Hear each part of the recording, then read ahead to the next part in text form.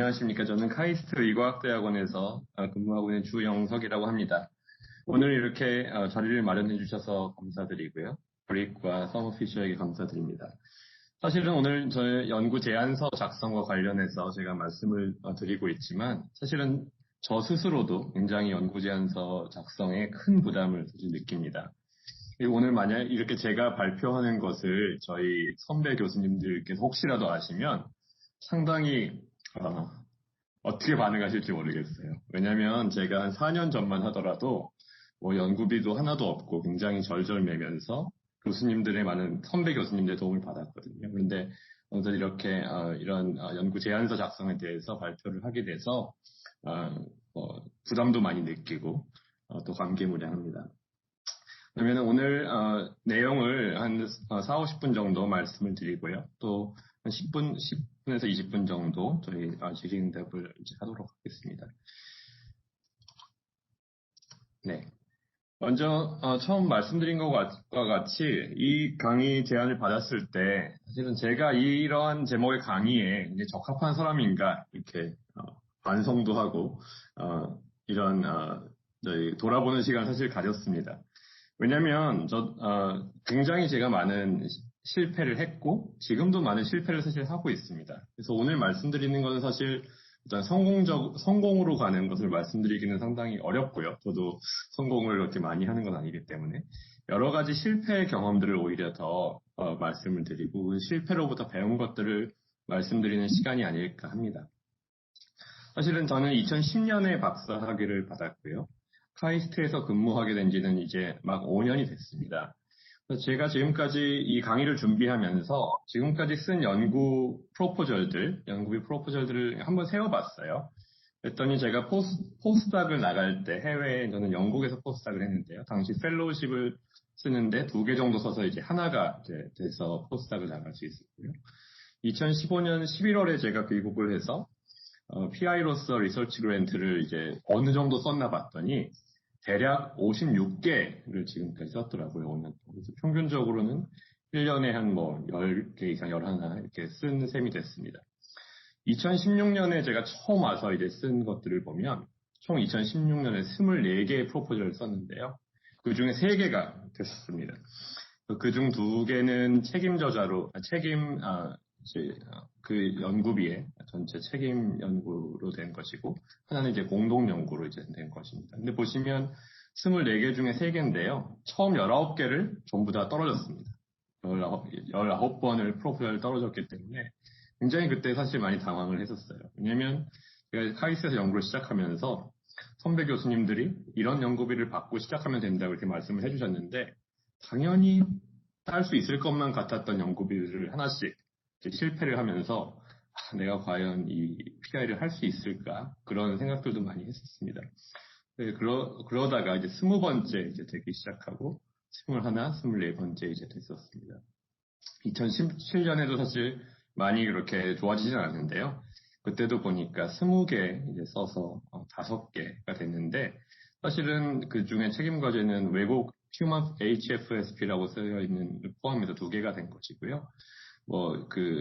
저희 2개는 이제 위탁 또는 인트라뮤럴이라서 사실상 그렇게 성공률이 높다고 보기는 이제 힘들었습니다. 그래서 어쨌든 총 56개 중에 이제 14개가 됐더라고요. 그래서 25%고요. 사실 정말 인트라뮤럴을 제외한 외부의 주관 연구 책임자를 한 연구비를 보면 성공률이 사실 더 낮았습니다. 그러면 연구비를 잘 받을 수 있는 왕도가 있는가를 이제 저한테 스스로 질문을 해보면 실패를 많이 하면서 어떤 약간의 스킬을 트레이닝을 하게 된 것 같기는 합니다.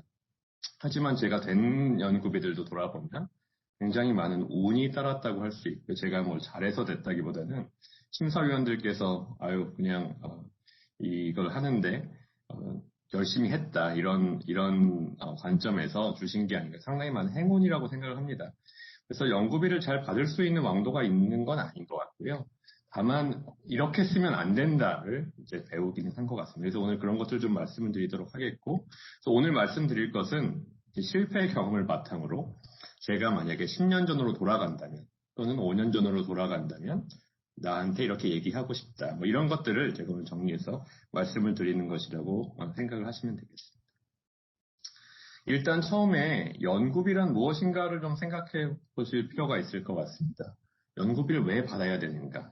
또는 연구비란 무엇인가에 대한 이제 생각을 좀 해봐야 될 것 같은데요. 사실 영어로는 grant죠, 연구비가. grant가 사실 뭐냐면 여기 세 번째 보시는 것 같이 이제 보조금입니다. 사실 연구자는 어떤 수익을 낼 수가 없기 때문에 국가나 아니면 어떤 특정 뭐 기업이나 아니면 뭐 어떤 단체에서 연구를 하라고 이제 보조금을 사실 지급을 하는 거예요. 보조금은 그러면 왜 내가 그 보조금을 어떻게 해서 받을 수 있는가? 그 연구가 어떤 사회에 필요하거나 나 스스로가 필요하기 때문에 이제 보조금을 이제 받는 것이거든요. 그래서 연구비가 연구 잘하는 사람한테 당연히 주는 게 아니라 어떤 그 사람이 필요로 하거나 아니면 어떤 그 사회에서 필요로 하는 그런 연구에게 주는 것이다. 는 것을 먼저 생각해 볼 필요가 있을 것 같습니다. 연구비 수주를 하기 위해서 가장 중요한 게 동기인 것 같아요. 자기 스스로 모티베이션 되어 있는. 저는 처음에 되돌아보면 그냥 연구비를 당연히 따야 되는 거라고 생각하고 좀 이렇게 슬렁슬렁 연구 제안서를 썼던 것 같기도 합니다. 근데 아까 말씀드렸듯이 19번 연속 떨어지고 나니까 상당히 이제 실험실이 이렇게 가다 잘 운영될 수 있을까? 그런 굉장히 절박한 그런 상황이 됐었어요. 그래서 조금 더 그 연구비를 쓰는데 신경을 많이 쓰고 여러 가지 생각을 했던 것 같습니다. 그래서 상당히 자신이 연구비가 필요한 그런 동기를 많이 느끼는 것이 연구 제안서를 더 열심히 쓰고 꼼꼼하게 쓰는 데 도움이 되는 것 같습니다. 그래서 연구비 수주의 동기를 여러분들께서 잘 생각해 보실 필요가 있을 것 같고요. 왜 연구비를 내가 받으려고 하는가? 또는 어떤 국가나 아니면 뭐 다른 기업체에서 연구비를 나에게 믿고 줄 수 있을 정도로 저희가 준비가 되어 있는가를 한번 자문해 볼 필요가 있을 것 같습니다. 또 하나는 보통 이제 연구비를 받으면 주변에서 이제 축하한다고 말씀들을 많이 해주십니다. 근데 연구비를 받으면, 많은 연구비를 받으면 무조건 좋은가를 생각해 보실 필요가 있을 것 같아요. 마치 그 연구비 기회가 있을 때마다 내가 그 모든 연구비를 다 하나하나씩 받아야 되는가 생각해 볼 필요가 있는데, 왜냐면 연구비를 받으면 아무리 작은 연구비라도 거기에 대한 책임과 의무가 사실 따라오기 때문입니다. 즉 아무리 작은 연구비라도 그거 프로포즈를 쓰는데 상당한 많은 시간이 들어가고요. 또 그게 다년간의 연구비라면 또는 뭐 1년간의 연구비를 하더라도 1년에 최소 한 번의 어떤 디펜스나 평가를 해야 됩니다. 거기에 따르는 부담감이나 시간의 소모가 상당히 이제 많이 따라오게 됩니다. 많은 연구비를 받을수록 많은 책임도 따라오고요. 주변으로부터 기대, 부담 또는 어떨 때는 시기와 질투가 따라올지도 모릅니다. 그렇기 때문에 연구비를 많이 받는다고 해서 꼭 연구를 잘하게 되는 건 아닌 것 같아요. 다른 연구 수행에 지장을 줄 수도 있기 때문에 내가 꼭 받아야 되는 연구비인지 아니면 그렇지 않은 연구비인지를 구분하는 것도 필요한 것 같습니다.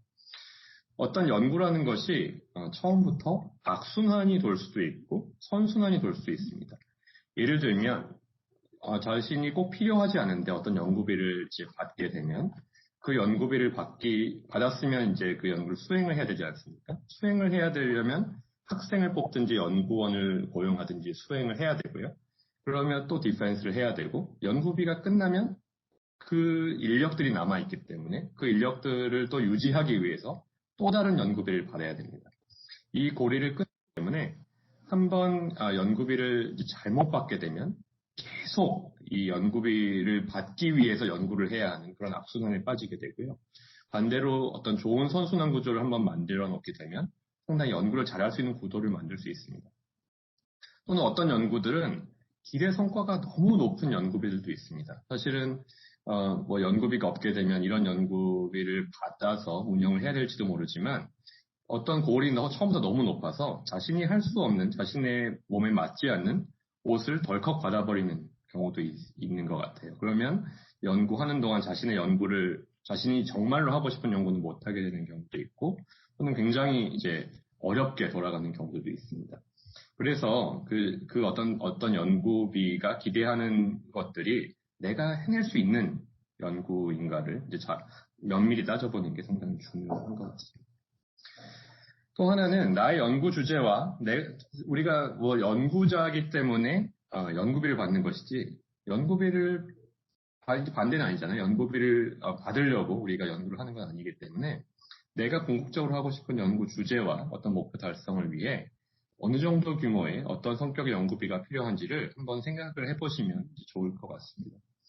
왜냐면 연구실을 일종의 뭐 회사 하나의 이제 작은 기업이라고 한다면 이제 PI는 연구 책임자는 이제 CEO라고 할 수 있을 것입니다.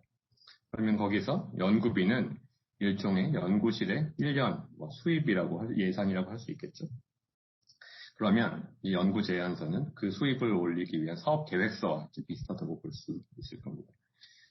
그러면 내가 어느 정도의 우리 연구실을 꾸미기 위해서 어느 정도 규모의 연구비가 필요한가를 한번 생각해 보실 필요가 있을 것 같아요. 연구비를 받게 되면 그 연구비에서 일정 부분은 기관마다 조금씩 다릅니다만 간접비로 이제 나가게 되고요. 나머지 직접비는 그 중에 인건비를 이제 인건비로 많이 들어갈 테고 또는 재료비, 기타 이런 것들이 들어갑니다. 연구비를 무한히 받을 수 있는 게 아니라 연구비를 하나를 받으면 자신의 이제 참여율이라는 것을 이제 써야 됩니다. 참여율이 보통 100%가 되면 더 이상의 연구비를 이제 수주하지 못하는 경우가 대부분입니다. 자신의 참여율을 많이 썼는데도 불구하고 그만큼의 연구비를 받지 못하면 예를 들면 자기 참여율을 100% 쓰면 다른 연구비를 수여를 할 수가 없는데 그 상황에서 자신의 연구비가 나의 연구실을 유지하는 최소 어떤 규모가 되지 못하면 그 연구실을 이제 유지를 할 수가 없습니다. 그래서 연구비라는 것이 그냥 뭐 있으면 좋고 없으면 그만인 게 아니라 어떤 최소한의 연구실을 유지하기 위해서 필요한 정도의 규모가 있기 때문에 그에 맞는 연구에 자신이 들어갈 필요가 있을 것 같고 너무 작은 연구비를 또 이렇게 많이 받는 것은 좋지 않을 수도 있습니다. 어떤 경우에는 자신이 연구 책임자일 수도 있는데요. 여러 연구팀이 공동 연구비를 쓰는 경우도 있습니다. 여러 PI들이 한 연구에 이제 참여를 하는 경우도 있는데 이때도 연구팀 간의 예산 비율을 어떻게 조정할지도 상당히 중요한 문제입니다. 굉장히 중요한 것이 자신의 연구 참여율을 많이 썼는데 그만큼의 최소한의 연구비를 받지 못하면 자신의 연구실을 유지할 수 없기 때문에 내가 어느 정도 연구를 하고 그 연구를 하는데 어느 정도 사람의 규모가 필요하고 그 규모를 유지함에 있어서 어느 정도의 연구비가 필요한지 이 정도의 어떤 스케일을 머릿속에 넣어두시는 게 좋습니다. 다음으로 연구비 지원기관을 좀 보면 연구비 종류들이 좀 있습니다. 가장 이제 많이 연구를 받을 수 있는 게 바로 정부 과제라고 볼 수 있죠. 그래서 상당히 많은 부처에서 연구비를 주고 있습니다. 대표적인 게 이제 연구재단이고요. 산업자원부나 보건복지부, 교육부 등등 굉장히 많은 정부 부처들이 연구비를 주고 있고요. 2020년에 대략 총 규모가 약 20조 원 정도라고 합니다. 굉장히 많은 연구비들이 있고요. 사실 매년 이런 국가 연구비들을 설명하는 R&D 사업 설명회가 이제 개최가 되고 있습니다. 그래서 몇 번에 걸쳐서 전국의 몇 군데에서 이런 사업 설명회를 하는 것으로 이제 알고 있고, 저도 2016년에 처음 왔을 때는 여기 사업 설명회 가본 이제 기억이 납니다. 그래서 여기 인터넷 온라인 사이트도 있더라고요. 가면 이제 문서들도 올라와 있고, 여러 정부 부처에서 자신들의 연구비를 개략적으로 설명하는 그런 기회를 이제 갖습니다. 그래서 한 번 정도는 이런데 한번 가보셔서 국가 연구비가 어떻게 돌아가는지 한번 보시는 것도 큰 도움이 될 것 같습니다. 많이 아시는 분들도 있겠지만 삼책 50이라는 게 사실 있습니다. 그래서 한 개인 연구자가 주관 연구 책임자 또는 세부 연구 책임자로서 연구 과제는 총 3개 정도밖에 받지를 못합니다. 무한히 여러 연구비를 받을 수 있는 게 아니라는 거죠. 그래서 책임 연구자로는 3개, 그 다음에 책임 또는 공동 연구자로도 받을 수 있는데요. 책임과 공동을 합쳐서 5개까지만 이제 받을 수 있습니다. 그래서 이 이상의 정부 연구비는 할 수가 없기 때문에 내가 무턱대고 많은 연구비를 받는 것도 사실은 좋은 게 아닙니다. 내가 책임 연구를 하는 게 꽉 차 있으면 더 좋은 연구를 할 수 있음에도 불구하고 어떨 때는 프로포절 자체를 내지 못할 때도 이제 생기거든요. 그래서 이런 한계가 있다는 것을 이제 알고 접근을 하는 게 좋습니다. 어떤 연구비의 책임이나 공동 연구자로 하지 않고 위탁이라는 형식으로 할 수 있을 때도 있습니다. 하지만 위탁과제는 책임 연구자한테 어떤 예를 들면 어떤 연구를 위탁받아서 연구 결과를 주는 것이기 때문에 사실 어떤 논문이나 지식재산권을 갖지 못하는 경우도 많이 있습니다. 그래서 위탁과제는 3750의 어떤 영향을 받지는 않지만 아주 그렇게 좋은 그런 연구비 형태는 사실 아닌 것 같기도 합니다. 정부 과제를 보면 개인 연구나 집단 연구 이런 것들은 바텀업 연구들이 있습니다. 예를 들면 학문 후속 세대 연구비나 아니면 신진 연구비, 기본 연구비, 중견 연구비, 리더 연구비 같은 것들은 이제 자신의 어떤 그 연구자로서의 커리어에 따라서 학생이나 포스닥 때는 학문 후속 세대, 처음 이제 PI가 되면 신진 연구, 조금 몇 년 지나면 중견 연구, 그 이후에는 리더 연구 이런 것들이 이루어져 있기 때문에 이런 연구 스킴들이 있다는 것을 보면 좋을 것 같고요. 이것은 개인이 자신의 연구 주제를 국가에게 연구재단이나 이런 곳에 제안하고 자신이 하고 싶은 연구를 자신이 하는 것입니다. 이런 개인 연구 같은 게 있고요. 집단 연구는 개인적으로 이제 하는 게 아니라 팀을 이루는 겁니다. 예를 들면 기초연구실이나 선도연구센터 등 적게는 3명에서 많으면 10명, 15명 정도의 집단을 이루어서 이제 제안을 하는 것이고, 이런 것들은 기본적으로 연구자가 하고 싶은 연구를 이제 제안을 하는 것입니다. 이런 연구들도 있고요. 어떤 연구들은 탑다운 그랜트가 있습니다. 탑다운은 굉장히 국가에서 또는 이런 정부에서 해야 되는 미션 또는 골들이 정해져 있는 연구들입니다.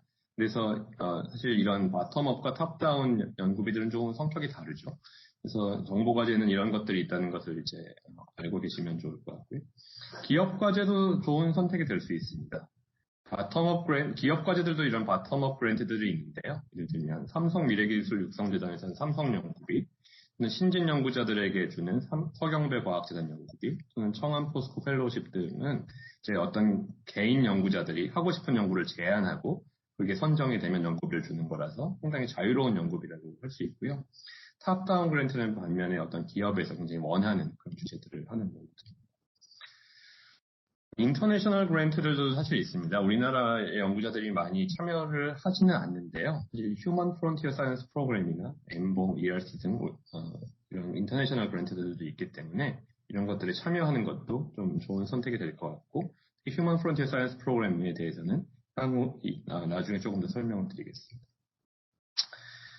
모든 연구비가 그럴 텐데요. 사실 어떤 연구비가 이제 나오면 그 연구 과제에 대한 제안 요청서라는 게 나오게 됩니다. 그것을 이제 줄여서 흔히 RFP, Request for Proposal이라고 하고요. 그 연구비를 어떤 그 프로포절이 담아야 될 성격들이 그 RFP에 잘 정리가 되어 있습니다. 사실 이 RFP를 그래서 굉장히 잘 읽어보고 여기에 맞춰서 프로포절을 작성하는 게 이제 필요합니다. 예를 들어 대표적인 이제 바텀업 연구인 중견이나 신진 연구에 대한 이제 이런 것들을 보면 이게 이제 RFP의 일종이라고 할 수 있는데요. 어떻게 작성을 하는 게 이제 나와 있습니다. 이런 제출 자료는 우리가 어떤 것들을 이제 제출을 해야 된다. 이거는 바텀업이기 때문에 사실 이렇게 상당히 많은 제한이 있지는 않습니다. 연구 계획서는 예를 들면 신진 연구는 5페이지 이내에서 자유롭게, 중견 연구에 대해서는 10페이지에서 자유롭게 써라. 굉장히 연구자들이 자유도를 많이 가질 수 있는 형태의 연구이고요. 그다음에 대표적 연구 실적에 대해서 요약해서 작성하고 증빙 자료를 이제 내게 됩니다. 이게 이제 대표적인 바텀업 연구의 예고요. 반면에 탑다운 연구비는 지금 이렇게 보시는 것처럼 굉장히 스페시픽한 것들을 이제 주게 됩니다. 예를 들면 제가 하나까지 가져온 게 단일세포 공간 네트워크 분석 및 활용 기술 개발. 이런 기술을 개발하라고 이제 지정을 해서 주는 이제 연구비죠. 그래서 추진 배경, 그다음에 기간, 이 연구비 같은 경우는 5년 동안 대략 5억 원 정도를 이제 주는 연구비고요. 1단계의 목표, 2단계의 목표, 성과를 해야 되는 것들, 특기사항 등 굉장히 달성해야 되는 골들이 명확하게 제시가 되어 있어요. 그래서 이런 연구 과제에 선정이 되기 위해서는 RFP에서 요구하는 사항들을 굉장히 다 반영해서 연구 제안서를 작성을 해야 됩니다. 그래서 목적과 요건에 부합하도록 작성하는 게 중요하고, 따라서 이 사업 제안 요구서 또는 RFP를 굉장히 꼼꼼하게 읽어보시는 게 굉장히 좋습니다. 필요합니다. 앞에서도 보시는 것과 같이 연구 어떤 과제가 올라오면 예를 들면 11월 27일 날부터 12월 6일까지 딱 요 기간에 이제 신청하라고 이제 기한이 딱 정해져 있습니다. 그래서 이런 연구 과제들이 여러 가지 이런 웹사이트들에서 이제 공지가 됩니다. 연구재단 같은 경우에는 ER&D라는 곳에서 이제 공지가 되고요. 또는 보건복지부 과제 같은 경우에는 HT Dream이라는 곳에 이제 올라옵니다. 그래서 각 부처마다 이런 연구비를 공지하고 프로세싱을 하는 웹사이트가 있기 때문에 주기적으로 이런 데 들어오셔서 어떤 연구 과제가 올라왔는지를 확인해 보시는 게 필요합니다. 연구 프로포저를 작성을 잘 해서 되기 위해서는 사실 연구 과제 성격을 가장 잘 파악을 하셔야 됩니다. 자신이 엘리저블한지를 좀 보셔야 돼요. 예를 들면 어떤 과학자가 굉장히 좋은 연구 성과를 보였을 수도 있습니다. 예를 들면 퍼스트 오서로서 굉장히 탑 저널에 논문을 냈다 하더라도 그분이 신진 연구를 만약에 지원하면 되실 가능성이 높지만 중견 연구에 만약에 지원하신다면 그냥 그 연구 프로포저를 보지도 않고 그냥 턴다운 시킬 가능성이 굉장히 높습니다. 왜냐하면 중견 연구 과제라는 것이 어떤 연구 책임자로서 상당한 시간이 지나고 최소 2편 정도의 어떤 책임져자 연구 논문이 있을 때 이제 주는 연구비이기 때문에 이런 것들을 달성하지 못하면 그 연구 과제 이런 제안서는 사실은 보지도 않고 거절될 가능성이 굉장히 높습니다. 그래서 그 연구비에 내가 맞는 상황인지를 좀 보셔야 될 것 같고요. 연구 분야도 굉장히 연구를 신청할 때도 많은 연구 분야가 있는데 거기에 나의 연구의 특성이 맞는지를 잘 보셔야 됩니다. 연구과제 성격, 개인 기초과제인지 대규모 기획과제인지에 따라서 상당히 달라집니다. 우리가 이제 대부분 신진 연구자들이시기 때문에 개인 기초과제, 신진 연구 같은 경우에는 이제 굉장히 잘 맞는 그런 성격의 연구비라고 할 수 있는데 가끔 대규모 기획과제가 장기간에 굉장히 많은 연구비를 주는 기획과제가 나오는 경우도 있습니다. 이러한 것들은 주로 이제 머처한 사이언티스트들이 그 전체를 리딩하는 것을 이제 말하기 때문에 어떤 젊은 연구자들이 하기에는 사실 적절치 않은 연구 과제들입니다. 주석이 되는데요. 기본적으로 연구비가 필요한 사람한테 사실 가게 되어 있습니다. 그래서 연구비가 필요함을 사실은 심사위원들한테 이해를 시켜야 돼요. 사실 굉장히 전설적인 연구 프로포절이 왼쪽에 이제 보여주고 있습니다. 오토 warburg라는 노벨상 수상자죠. 이분이 1921년에 쓴 그랜드 프로포절인데 여기 보시면 한 줄입니다. 10,000마르크가 필요합니다. 그리고 이게 그 연구비를 받았다는 거예요. 그래서 어쨌든 한 줄짜리 연구비지만 연구비가 필요하다는 거를 심사위원들께 이제 인식시킬 수 있으면 사실은 굉장히 효과적인 연구 프로포절이 됩니다. 신진 연구자들이 이것을 가치를 인식시키기 위해서는 이 프로젝트 자체가 굉장히 중요하다는 것도 상당히 중요한 것이고요. 사실은 신진 연구자들은 아직 머처한 사람들이 아니고 더 성장하기를 여러 선배 교수님들이 바라고 있기 때문에 이 연구비를 받음으로써 나의 커리어에서 어떤 역할을 하게 될지 이런 것들을 강조할 수도 있습니다. 그래서 내가 절박하게 연구비가 필요함을 연구 제안서에서 인식을 시키는 게 좋습니다. 연구 제안서를 쓸 때 사실 많은 PI들이 학생이나 또는 연구원들을 시켜서 드래프트를 쓰는 경우가 많이 있는 것 같습니다. 근데 사실 연구 제안서는 자신이 하고 싶은 것을 바탕으로 자신의 어떤 연구 역량을 세일즈를 하는 굉장히 고도의 설득을 하는 거잖아요. 고도의 지식 기반 작업입니다. 그래서 아주 뛰어난 제안서를 쓰기는 매우 어려운데요. 반면에 어떤 실수가 있으면 굉장히 치명적입니다. 예를 들면 오타라든지 그림의 번호가 틀렸다든지 그림의 해상 포인트가 나쁘다든지 아니면 어떤 연구는 굉장히 좋은데 일정이나 연구비의 적정성에 어떤 한계가 있다든지 이런 것들을 보이게 되면 사실은 그 연구 프로포절을 읽는 심사위원들의 눈에는 그런 게 굉장히 크게 띄게 되거든요. 그래서 연구 제안서는 사실 해당 분야를 제일 잘 알고 책임질 수 있는 사람이 쓰는 게 상당히 좋습니다. 그래서 그 아주 제한된 페이지 내에서 짜임새 있게 논리적으로 명확하게 자신의 능력을 드러내야 되기 때문에 연구 책임자가 연구 계획서를 끝까지 책임지고 완성을 하는 것이 가장 바람직한 형태라고 생각이 됩니다. 연구 프로포저를 쓸 때 연구 업적, 환경, 현재의 환경, 그 다음에 앞으로의 계획, 이것들이 이제 과거와 현재, 미래들인데요. 이런 것들이 모두 드러나는 게 사실 좋습니다. 연구 업적은 자신의 과거, 이미 끝난 일들이라고 볼 수가 있습니다. 어떤 분들은 퍼블리케이션이 굉장히 좋을 테고요. 뭐 네이처, 셀 사이언스 이런 데 굉장히 좋은 페이퍼가 있을 수도 있고, 또는 임팩트 팩터가 굉장히 높은 저널에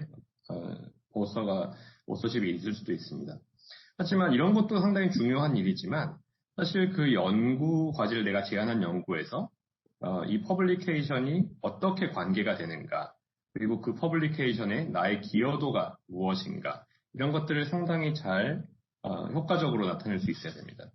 내가 좋은 연구를 했었지만 그게 직접적으로 이 과제 제안과 연결이 되지 않는다면 그렇게 큰 어떤 점수를 받을 수 없을지도 모릅니다. 혹은 연구 업적이 그렇게 좋지 않은 분들이 계실 수도 있습니다. 하지만 어떤 이 연구 제안서라는 게 내가 이 연구를 잘할 수 있다는 것을 보여야 되기 때문에 적어도 이 연구를 하는데 어떤 씨앗, 첫 번째 씨앗에 대한 연구 성과는 필요합니다. 그래서 이게 연구비가 없으면 연구를 하지 못하고 씨앗이 나오지 않는 그런 악순환이 나올 수 있는데요. 그것을 깨기 위해서 내가 꼭 필요하다고 생각하는 영역의 어떤 파일럿 스터디는 어떠한 대가를 치르든지 할 필요가 있습니다. 어떤 뭐 기업 연구비를 조그맣게 받을 수 있을 테고, 아니면 그 연구를 도와줄 수 있는 동료 연구자들하고 같이 연구를 진행할 수도 있을 테고요. 어쨌든 방법은 굉장히 많을 텐데 내가 어떤 최소한의 그런 연구 성과를 만들어내는 것은 상당히 중요하다고 생각됩니다.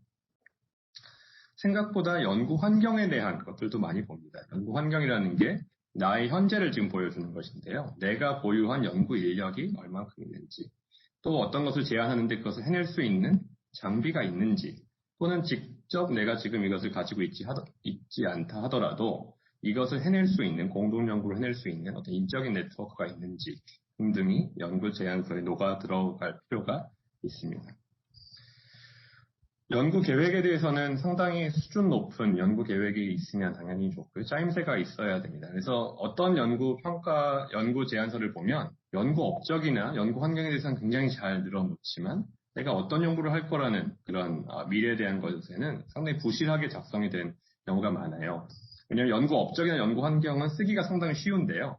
연구 계획에 대한 것들은 상당히 앞으로 어떤 일이 일어날지 생각을 많이 해야 되기 때문에 이렇게 쓰기가 아주 쉽지는 않거든요. 그래서 많은 연구 제안서가 사실은 미래 계획에 대한 것들은 사실 부실한 경우가 많이 있습니다. 하지만 이런 업적 중심의 연구 제안서가 나오면 상당히 심사위원들이 읽어보고 연구 업적에 대해서도 상당히 감점을 하는 경우도 상당히 많이 있습니다. 그래서 연구 업적만으로 되는 것은 아니라는 점을 생각할 필요가 있을 것 같아요. 연구 제안서를 처음 쓸 때 많은 분들이 굉장히 자신이 알고 있는 많은 것들을 모두 다 연구 제안서에 담아내려고 하는 경우가 있습니다. 그런 경우가 사실 그렇게 되기가 굉장히 쉽죠.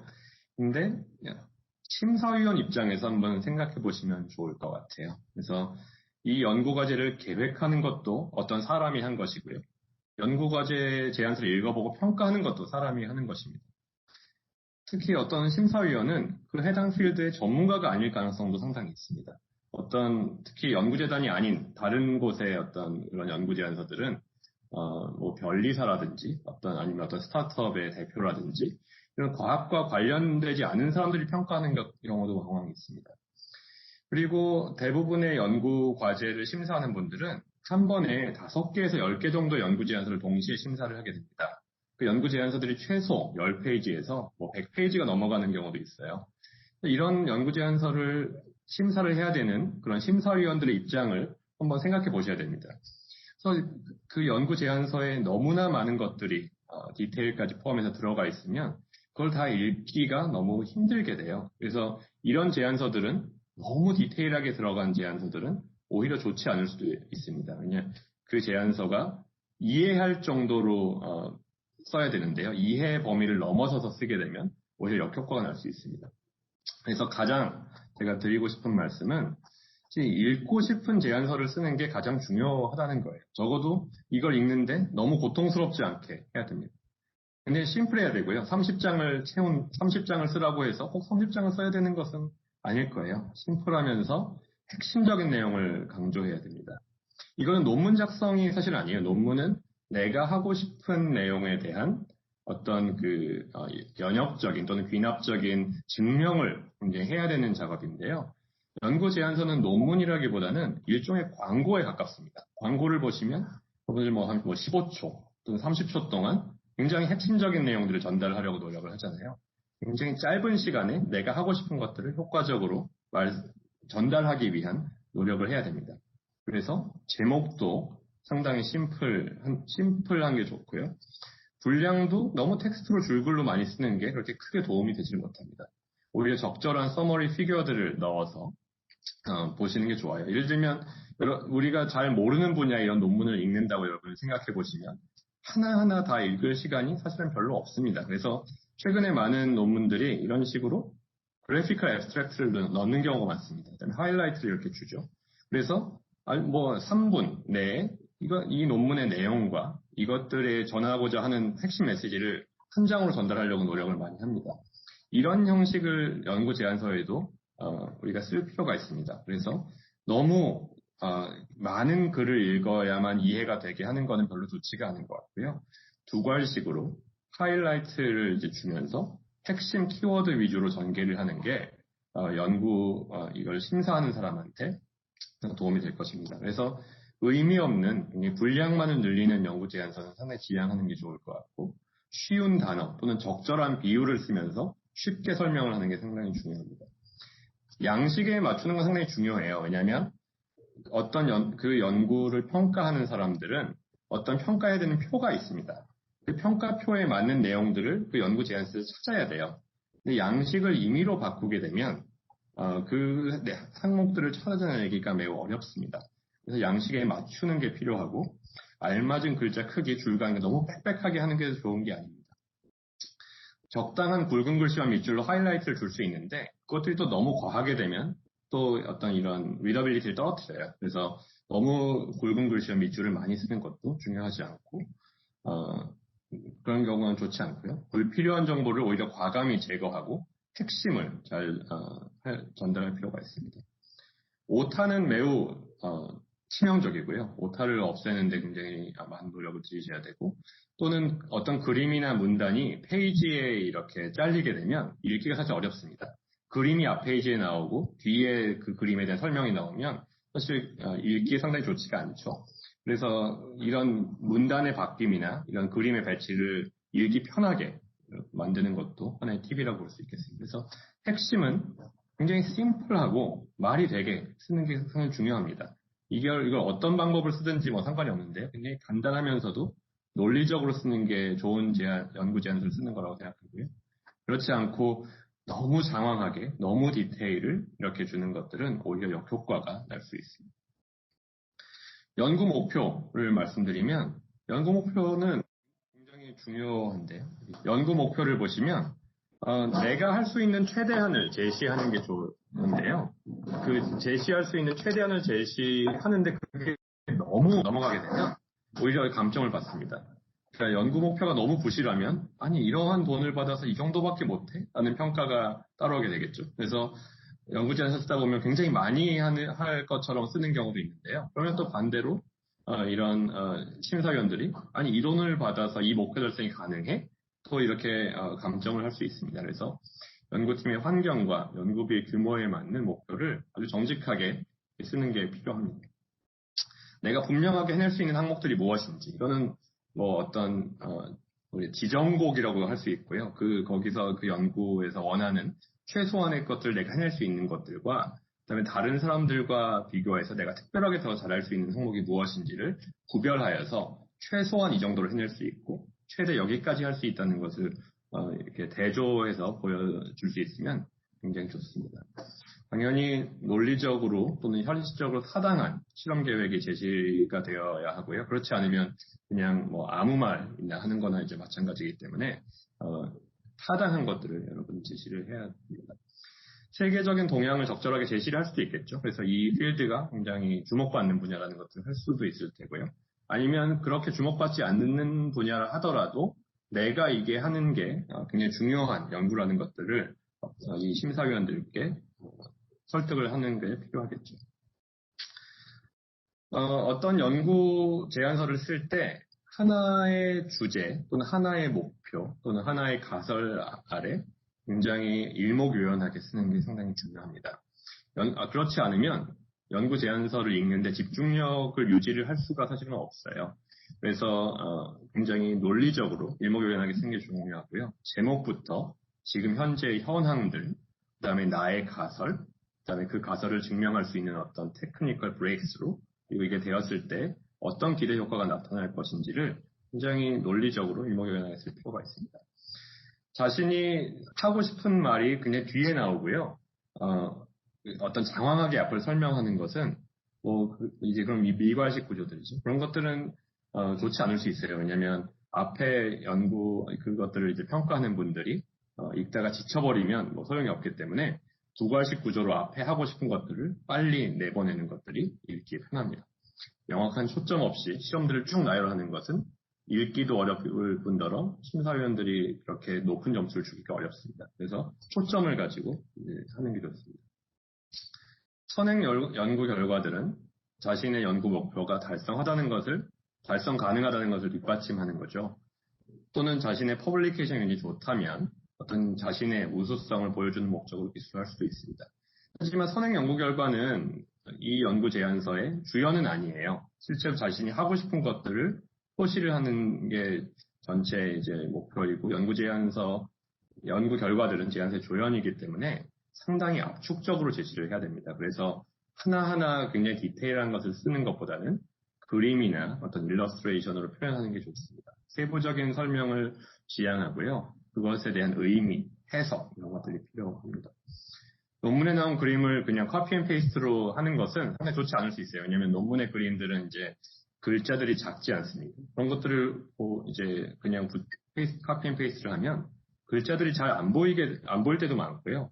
그다음에 해상도가 떨어지는 경우도 많습니다. 그러면 굉장히 그냥 대충 썼다는 그런 오해를 받을 수 있거든요. 그래서 굉장히 좋은 해상도의 그림을 유지하는 게 필요합니다.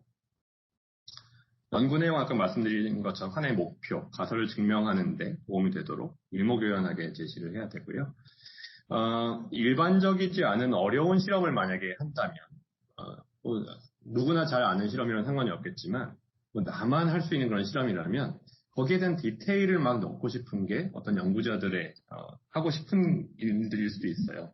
하지만 그것을 읽는데 굉장히 많은 전문 지식이 필요하게 만약에 쓴다면 상당히 사람들이 집중력을 유지하면서 읽기가 어렵습니다. 그래서 어려운 실험이라면 비유나 어떤 해석을 줌으로써 그 어떤 의미를 전달하는 데 여러분께서 의미 전달에 포커스를 두시면 좋을 것 같고요. 너무 디테일한 이런 설명들을 하는 것은 별로 좋지 않을 것 같습니다. 어떤 연구비들은 3년, 5년 앞으로 연구 계획을 막 써야 되는 경우들이 있어요. 그러면 1, 2년 차에서는 상당히 쉽게 그런 연구 계획을 쓸 수 있지만 3, 4, 5년 차를 쓰기는 상당히 어려운 것이 사실입니다. 그러면 너무나 if가 많았죠. 1년 차 이게 성공한다면 또 2년 차에 성공한다면 3년 차는 뭘 할 것이다, 4년 차는 뭘 할 것이다 쓸 수 있는데요. 사실은 그게 설득력이 별로 없습니다. 그래서 초기 1, 2년 차에 많은 연구 계획을 할애를 하시고 합리적인 수준에서 그 뒤쪽의 연구 계획은 제시를 하는 게 더 좋을 것 같습니다.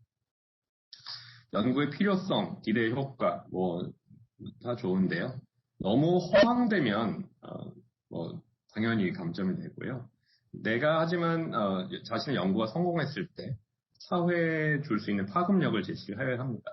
이 연구의 필요성 및 기대 효과는 사실 많은 점수를 딸 수 있는 분야는 아니에요. 왜냐하면 성공을 해야만 기대 효과가 나오기 때문에 많은 사람들이 거기에 큰 비중을 두지는 않습니다. 하지만 그 연구자가 볼 수 있는 깊이를 보여주는 것이기 때문에 이 연구의 필요성 및 기대 효과를 너무 간략하게 쓰게 되면 별로 그렇게 이 필드에 깊은 생각을 안 한 것처럼 드러날 수가 있습니다. 그래서 적절한 수준에서 이게 어려운 말씀입니다만 제시를 하는 게 좋고요.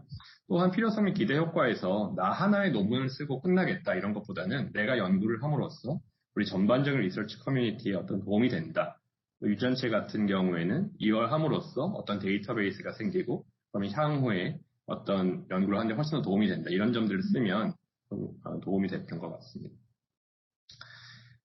컨티뉴언스 플랜이라고 해서 우리가 많은 연구를 할 때 주로 이렇게 쓰게 돼요. 다연차 연구 제안서에서 제가 A를 처음에 할 거예요. A를 하게 되면 성공하면 B를 할 거고요. B 한 다음에 C, D, 최종 결론이 이렇게 나올 겁니다. 제안서를 쓰게 되는데 이런 경우에 당연히 연구를 심사하는 분들이 하는 생각은 아니 그러면 첫 번째 A나 B가 안 되게 되면 어떻게 되지? 이런 질문을 하게 됩니다.